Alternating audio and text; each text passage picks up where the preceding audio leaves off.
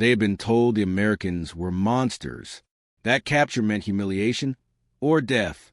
For years, Japanese soldiers had fought under a code that said surrender was worse than dying in battle.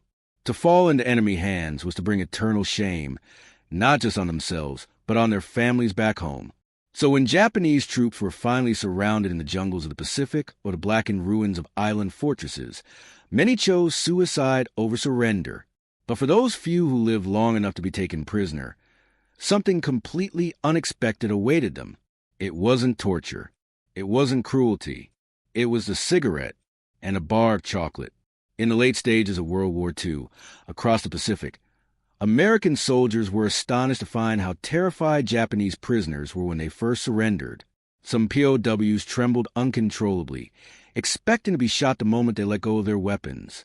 Others refused to eat, convinced their food was poisoned. What they didn't realize was that, for the Americans, this war wasn't about vengeance. It was about victory. And victory didn't require hatred. The Japanese Empire had trained its soldiers to see the enemy as less than human. Propaganda films and school textbooks told them Americans were brutal savages, barely civilized, who murdered prisoners and defiled women. The concept of being treated with kindness by such an enemy was beyond comprehension. And yet, from the first day they were captured, many Japanese POWs began to realize that the Americans weren't behaving the way they'd been told. The moment of surrender often came after days, or weeks, of horror. Picture it. A Japanese soldier, starving, cut off from his unit, wounded, crawling out from a cave or bunker surrounded by Marines. He's terrified. His rifle has long been empty. He expects a shot that will end his life. But instead, a Marine lowers his own weapon and tosses him a cigarette. That small act, the flick of a lighter, a few puffs of smoke, became the first crack in years of brainwashing. American soldiers, hardened by combat, had seen enough death. Some still hated the enemy, but many also pitied them. They could see the exhaustion, the hunger, the fear in the eyes of those they captured. And maybe, deep down, they realized that could have been me. For the Japanese POWs, the first few hours of captivity were like waking from a nightmare. Guards gave them water, bandaged their wounds, even shared rations. Something unthinkable back home. One former Japanese soldier, interviewed years after the war, said he couldn't believe it when an American offered him a Hershey's chocolate bar. "I thought it must be a trick," he said. "No one gives food to the enemy." But it wasn't a trick. As word spread among captured soldiers, the shock deepened. The Americans, these supposed demons, were offering kindness, medical care, and food. Many POWs couldn't make sense of it. Some even broke down crying. Others refused the gifts at first, terrified it was some test or a trap. But over time, they accepted them, and a strange, almost fragile bond began to form between captor and captive. Back home, Japan's military command would never have believed it. In the Imperial Army, captured soldiers were considered dead men. Their names were erased from records. Families were told to mourn them, as if they'd fallen in combat. Surrender was dishonor. Yet here, on the other side of the Pacific, American GIs were treating those same men with a level of humanity they'd never expected to see again. There was something almost cinematic about those moments. The smoky haze of jungle air, the tired eyes of two soldiers from different worlds sharing a cigarette while the war still raged around them. And that's where the story begins. This wasn't just an isolated incident. All across the Pacific, Guadalcanal, Saipan, Iwo Jima, Okinawa, stories began to emerge of Japanese POWs stunned by American behavior. Some even whispered that maybe everything they'd been told by their officers was a lie. The truth was more complicated. The Americans weren't saints. There were brutal battles, atrocities on both sides, and times when surrender wasn't accepted. But by 1944 and 1945, as the tide of war turned and the U.S. prepared for invasion after invasion, a strange paradox developed. The same army that unleashed devastating firepower on Japan's cities also extended unexpected mercy to the soldiers who surrendered. To understand why, you have to look at the mindset of the American fighting man. Many of these GIs had been raised during the Great Depression. They'd known hardship, hunger, loss. To them, A cigarette or a chocolate bar wasn't just comfort. It was a symbol of decency, of being human even in hell. So when a captured Japanese soldier stood before them, dirty, starving, terrified, they saw not an enemy caricature from a poster, but a human being who'd been misled by his government, just as they had once been told to hate his. There was also a strategic side to it. U.S. military intelligence realized a humane treatment of POWs could encourage more surrenders and save lives. Leaflets were dropped across the Pacific, promising captured soldiers fair treatment. And in many cases, those promises were kept. For the Japanese, it was culture shock of the highest order. In their world, mercy was weakness. In the American world, mercy could be strength. Over time, these moments of unexpected kindness left a deep impression. In post-war interviews, many Japanese veterans admitted that their entire understanding of the enemy changed in those first days of captivity. They had been told Americans had no honor, but what they experienced was something entirely different: empathy. One POW remembered sitting under guard as an American medic cleaned a wound on his arm. He asked, trembling, why the man would help someone who had tried to kill him hours earlier. The medic reportedly smiled and said, "Because the war's over for you, buddy." That single sentence haunted him for years. It was as if two worlds had collided. And in that brief moment, humanity broke through the armor of war. What happened in those POW camps in the months that followed would deepen this transformation even further. For many Japanese prisoners, life inside an American camp became a surreal experience, complete with food, sports, classes, and even movie nights. Some POWs ended up teaching Japanese language to U.S. soldiers, while others volunteered to help rebuild after the war. But before any of that could happen, it started with one small act of kindness: the moment a soldier shared a cigarette or handed over a piece of chocolate. And that moment changed everything. For most Japanese soldiers, captivity began not with noise, but with silence. After weeks of constant shelling and gunfire, the sudden quiet of surrender was terrifying. They would lower their rifles, hands trembling, expecting a bullet. But instead, the Americans ordered them to sit, offered water, and, almost ritualistically, pass around cigarettes.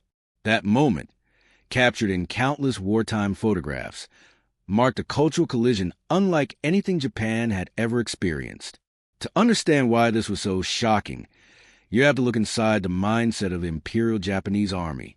From the moment a young man entered basic training, he was stripped of individuality. Soldiers were taught that Japan's emperor was divine, and dying for him was the highest honor. They were warned that enemies, especially Americans, were beasts. Surrender meant eternal disgrace. But then came reality.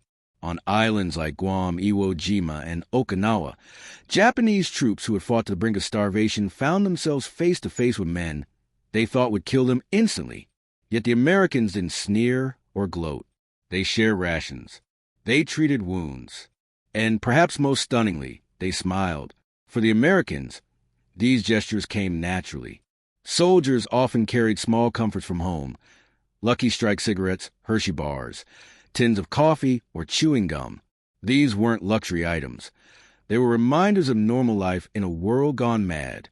Sharing them wasn't a planned act of diplomacy. It was instinctive.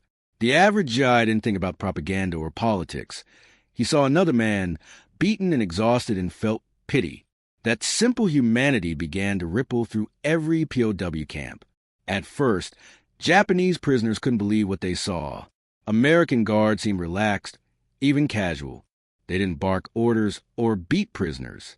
They handed out food 3 times a day. There were clean barracks, showers, and latrines. Medical tents had nurses and doctors who treated wounds regardless of rank or nationality. One prisoner later described it as a second world. He said he thought he'd died and gone to a strange kind of heaven. But the true shock came from what Americans considered normal behavior. POWs were allowed to walk unguarded within certain areas. They could write letters. They could even earn money for work. To men who had been told Americans were ruthless killers, this was unthinkable. In one U.S. camp in the Philippines, an Army sergeant noticed a group of Japanese POWs watching his men eat chocolate bars. Without hesitation, he broke one in half and handed it over. The prisoners hesitated at first, bowing deeply, unsure if it was some cruel test. But when they finally tasted it, their expressions changed. One later said that bite of chocolate was the sweetest moment of his life, not for the taste, but because it proved the Americans didn't hate us. That's how powerful a single act of kindness can be in the middle of war. Even the smallest gestures carried enormous emotional weight. A cigarette shared under a hot tropical sun. A cup of coffee poured for a man who expected a bullet. These things tore down walls that years of militarist propaganda had built. But it wasn't just about kindness. The Americans had a plan. Military intelligence quickly realized that humane treatment of prisoners wasn't only moral, it was tactical. Interrogators discovered that Japanese POWs, once convinced they'd be treated well, were far more willing to share information. In fact, many volunteered details about supply routes, tactics, and morale within Japanese units. Kindness became a weapon in itself, a psychological one. In contrast, Japanese soldiers who had been captured by other Allied forces, such as the Australians or British in Burma, sometimes faced harsher treatment due to the brutal nature of that front. But even there, many Allied troops eventually followed the American lead, realizing that understanding the enemy was more powerful than hating him.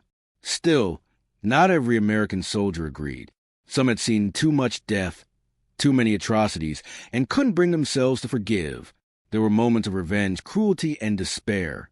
But what stood out, the stories that endured, were the ones of compassion.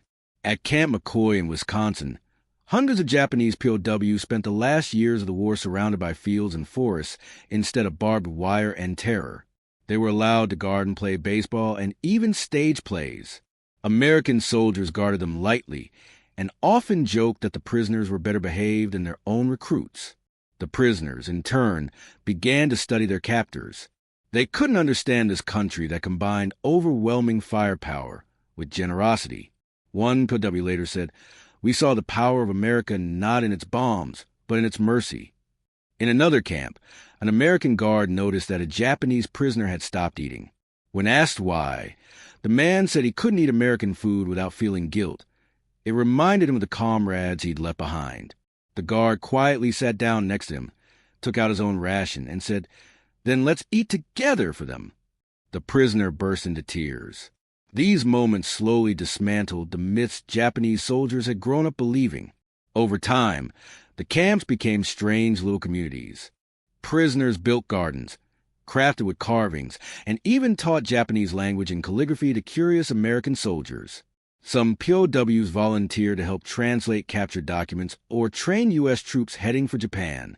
And in one remarkable case, several Japanese officers asked to visit nearby American schools to see how the enemy educated its youth. They were astonished by what they saw, boys and girls studying freely, questioning teachers, debating history without fear of punishment. Back home, that kind of freedom didn't exist. One officer reportedly said, "Now I understand why we lost." The kindness of their captors didn't erase the pain of defeat, but it did plant seeds of change. Many POWs carried those memories back to Japan after the war, and they played quiet roles in reshaping their country's attitude toward America. Some became translators, teachers, and even advocates for peace. The U.S. Army had collected testimony from thousands of Japanese prisoners by 1945, and a recurring theme appeared in almost every interview: disbelief. Disbelief that their enemies had treated them better than their own army ever had. Disbelief that the same people who had bombed their islands could also share food and laughter. And perhaps the most haunting disbelief of all, disbelief that the war was truly over. By the time the atomic bombs fell and Japan surrendered, tens of thousands of Japanese POWs were scattered across the Pacific, living under American control. Some wept with relief when they heard the war had ended. Others fell to their knees in shame. But even in that moment, the cigarettes kept being passed around. The chocolate bars kept being shared. There was an unspoken understanding between the two sides, an acknowledgement that, beyond the uniforms and propaganda, they were just men. And as the months passed, a powerful question began to form in the minds of those prisoners. If this is how the Americans treat their enemies, what kind of world will they build in peace? That question would lead to one of the most remarkable transformations in modern history, one that connected the ashes of war to the foundations of friendship. And it all began in a POW camp, with a cigarette and a bar chocolate. When Japan surrendered in August 1945, the world shifted on its axis. The war that had swallowed millions of lives was finally over. But for the Japanese POWs scattered across the Pacific, it took time for the news to sink in. Many refused to believe it. They thought it was another American trick. They'd been taught since childhood that Japan could never lose. But then came the radio broadcasts, the surrender documents, and the silence from home. The empire that had once promised eternal victory was gone. In the camps, some prisoners wept openly, while others simply sat in stunned quiet. The Americans, for their part, treated the news not with gloating, but with respect. Guards handed out extra rations, sometimes even cake or canned fruit to mark the end of the war. A few camps played American music over the loudspeakers, jazz, swing, the sound of celebration echoing across the barracks. For the Japanese POWs, it was the sound of a world they'd never known. In one camp, a U.S. officer gathered the prisoners together and spoke through a translator. "The war's over," he said. "You're going home." And then, without ceremony, he pulled out a pack of cigarettes and passed them around. The moment was simple, but unforgettable. Men who had been enemies for years stood together under the same sun, smoke curling into the sky, their shared silence saying everything words could not. That single moment captured the strange beauty of what came next. Because as the months went on, the relationship between Americans and Japanese POWs transformed into something almost unimaginable: respect. In camp after camp, prisoners volunteered to help rebuild damaged facilities. They tended gardens, repaired fences, even assisted American doctors. When new prisoners arrived, still terrified, still expecting death, the older POWs would step forward and say, "Don't be afraid. The Americans won't harm you." The kindness had spread from captor to captive. What began as an act of simple decency had turned into something much larger, a quiet revolution in how former enemies saw one another. When the repatriation process began in late 1945, thousands of Japanese POWs boarded ships bound for home. As they waved goodbye to the American guards who had watched over them, some saluted, others cried. A few even left handwritten letters of thanks, letters that stunned the U.S. officers who received them. One read, "You taught me what honor really means. It is not dying for one's country, but living with humanity." That line captured the heart of the entire experience. When these men returned to Japan, they found a nation in ruins. Cities were reduced to ashes. Food was scarce, and the old order had collapsed. But many of the former POWs carried something powerful inside them, a new understanding of the enemy they'd been told to hate. Some spoke about it quietly at first, unsure how their families would react. Others wrote about it in diaries or letters that would only be discovered decades later. One former soldier wrote that the first thing he did when he returned home was to share chocolate with his children, just as an American had once shared it with him. It was more than candy, he wrote. It was proof that kindness can survive even in war. Stories like it became more common as time passed. Many of those former prisoners went on to help rebuild Japan's post-war relationship with the United States. Some became translators for the U.S. occupation authorities. Others taught English. A few even returned to America years later as visitors, hoping to find the guards or medics who had once treated them with compassion. One such reunion took place decades after the war. A Japanese veteran who had been captured on Saipan traveled to meet a former Marine who'd shared food with him in 1944. When the two men saw each other, they didn't salute or bow. They simply embraced. The Marine, now gray-haired, said softly, "I guess we both made it." The Japanese man replied, "Thanks to your kindness, I did." Moments like that might seem small, but they revealed something profound about the human spirit. The war had been one of the most brutal in history. On both sides, hatred had run deep. But even in that darkness, simple gestures, offering a cigarette, breaking a chocolate bar in half, had shown that humanity could still shine through. And those moments didn't end with the war. They shaped the peace that followed. When General Douglas MacArthur oversaw the U.S. occupation of Japan, he was surprised by how cooperative many former soldiers were. Some historians now believe that the humane treatment of POWs helped make that transition smoother.